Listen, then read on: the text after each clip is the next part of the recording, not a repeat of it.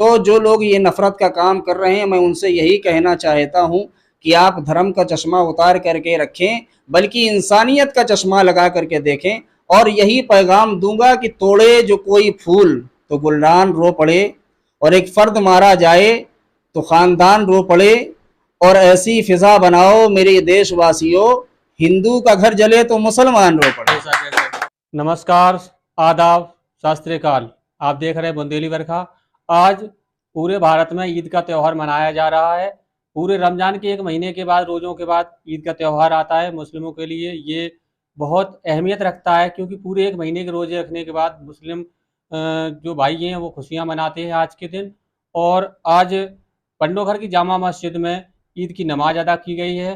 तो आइए हम बात करते हैं जामा मस्जिद के इमाम साहब हज़रत शमीम अख्तर फैजी जी से, और जानते हैं उनसे ईद के बारे में और उनका क्या पैगाम है पूरे देश के लिए ईद के इस त्यौहार पर। आदाब आदाब। जी, आप हमें ये बताएं कि आज जो ईद का त्यौहार मनाया गया है, इसकी क्या लोगों के लिए क्या अहमियत है, और आप इस दिन पूरे देशवासियों को क्या संदेश देना चाहेंगे। सबसे पहले तो मैं तमामी मुल्कों मिल्लत के रहने वाले अफरादों को तहे दिल से ईद की मुबारकबाद पेश करता हूँ। और ये जो माह मुबारका जो हमारे नज़दीक से अभी गुज़रा, जिसको रमज़ानुल मुबारक कहा जाता है, ईद का एक ऐसा पर्व है, ये खुशी का दिन है। रमज़ान में जो इबादतें करते हैं, आज का वो दिन है कि उनको अल्लाह रब्बुल इज़्ज़त अपनी रहमतों के ज़रिए से उनको सिला अता फ़रमाता है। और ये ईद इसलिए हम लोग मनाते हैं, इसमें तमाम मुल्क व मिल्लत के लिए दुआ की जाती है। तमामी लोग मिल कर के पूरे मुल्क के लिए दुआ करते हैं, अमन व शांति की दुआ करते हैं कि अल्लाह ताला हमारे मुल्क को तमाम दुश्मनों की नज़र से बचाए रखे, और आपस में प्यार मोहब्बत, वो चाहे हिंदू हो, मुस्लिम हो, किसी भी कम्युनिटी का हो, किसी भी मज़हब को मानने वाला हो, आपस में इस मुल्क में भाईचारा बना रहे, प्यार मोहब्बत बना रहे। बस यही हम ये चाहते हैं कि जब तक इस दुनिया में रहें, जब तक इस देश में रहें, इस मुल्क में रहें, इस मुल्क के वफ़ादार बन के रहें, और सबसे आपस में प्रेम भाव से भाईचारे के साथ में रहने के साथ साथ अच्छी तरीके से ज़िंदगी बसर करें। और यही हमारा पैगाम है कि जितने भी लोग मुल्क में हैं, सारी दुनिया के लोग, या ख़ास कर मुल्क हिंदुस्तान में जितने भी धर्म के लोग हैं, सब आपस में भेदभाव न फैला करके बल्कि प्यार मोहब्बत से रहने का ये एक प्रण लें, और आपस में भाईचारे से रहें। क्योंकि आज तमाम हम जो परेशान हो रहे हैं, तमाम नापाक कोशिशें की जा रही हमारे देश को तोड़ने की, तो इसलिए हमें ज़रूरत है कि हम आपस में भाईचारे से और प्यार मोहब्बत से रहें और एक मिसाल पेश करें। कहीं ना कहीं आज के समय में देश में जो मुस्लिम वर्ग है, उसमें कुछ लोगों की वजह से तो सारे मुस्लिम लोगों को कुछ एक नफरत की नज़र से देखते हैं कुछ लोग। जी। तो आप ऐसे लोगों को, मतलब जो मुस्लिम धर्म के जो लोग हैं, जो कहीं ना कहीं विवाद की स्थिति पैदा कर देते हैं, तो आप उन लोगों को क्या नसीहत देना चाहेंगे। नहीं, मैं तो यही कहना चाहता हूँ कि कुछ इंसानों के गलत हो जाने से सारी कम्युनिटी या सारे लोग गलत नहीं होते हैं। जैसे कि कहावत कही गई कि तालाब में एक मछली अगर गंदी होती है तो कहलाती सभी हैं मगर होती नहीं है।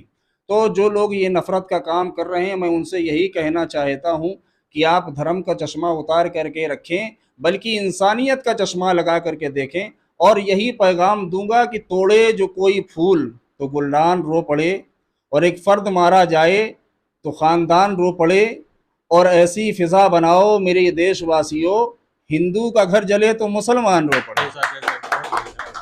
आज ये पैगाम आम होना चाहिए, आपस में प्यार मोहब्बत का। मैं उनसे भी कहना चाहता हूँ जो नफ़रत के बीज बोते हैं, कि अगर आप किसी भी कम्युनिटी सी, हिंदू मुसलमान, आप कुछ नहीं मानते तो कम से कम इंसान मान करके आप उनसे प्रेम करें, इंसान मान करके उनसे मोहब्बत करें। जी, शुक्रिया। तो हमारे साथ थे पंडोगर की जामा मस्जिद के इमाम साहब हज़रत शमीम अख्तर फैजी जी।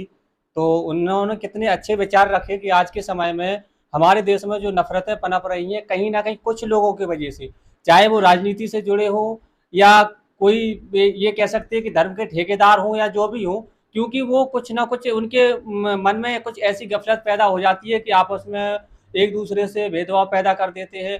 लोगों को बहकाते हैं, भड़काते हैं, तो कहीं ना कहीं हम लोगों को ऐसे लोगों की बातों में ना आते हुए अपने देश में अमन और शांति का पैगाम देना चाहिए। पूरे देश में हमें कौमी एकता को बनाए रखना चाहिए, चाहे वो हिंदू हो, मुस्लिम हो, सिख, ईसाई, कोई भी धर्म को मानने वाले हो, क्योंकि सबसे बड़ा धर्म होता है इंसानियत का। तो हमें इंसानियत को, धर्म को आगे लेके जाना है, उसके बाद हमारा धर्म, क्योंकि इंसानियत से बढ़कर कोई धर्म नहीं होता और सारे धर्म जो होते हैं वो हमें इंसानियत का पाठ पढ़ाते हैं। तो हम लोगों को इंसानियत का जो पाठ है वो याद रखना चाहिए। उसके बाद में अपने अपने धर्म को मानने की सबको आज़ादी दी गई है संविधान में, अपने धर्म को माने, लेकिन दूसरे के धर्म की जो आलोचना ना करें, उनकी भावनाओं को ठेस ना पहुंचाएं, कोई ऐसा बयान ना दें जिससे अन्य धर्मों के लोगों की भावनाओं को ठेस पहुंचे। इसी के साथ सारे देशवासियों को हमारे चैनल की तरफ से ईद की मुबारकबाद, और हमारे देश में अमन शांति कायम रखें, ऐसी हम लोगों को कोशिश करनी चाहिए। नमस्कार, अलविदा, सत श्री अकाल, जो भी धर्म के मानने वाले हो, क्योंकि ये जो लफ्ज़ जो मैंने बोले हैं, क्योंकि कहीं ना कहीं इनके मायने एक ही होते हैं, क्योंकि कहने का मतलब एक अलग होता है, अलग अलग भाषाओं का अलग अलग मतलब होता है, लेकिन माने सबके एक है, धर्म एक है, ऊपर वाला खुदा एक है, अल्लाह एक है, ईश्वर एक है। तो हमें उस ईश्वर की उपासना या उसकी पूजा करनी चाहिए जो एक है। और इसी के साथ सभी लोगों को, सारे देशवासियों को ईद की शुभकामनाएं। धन्यवाद।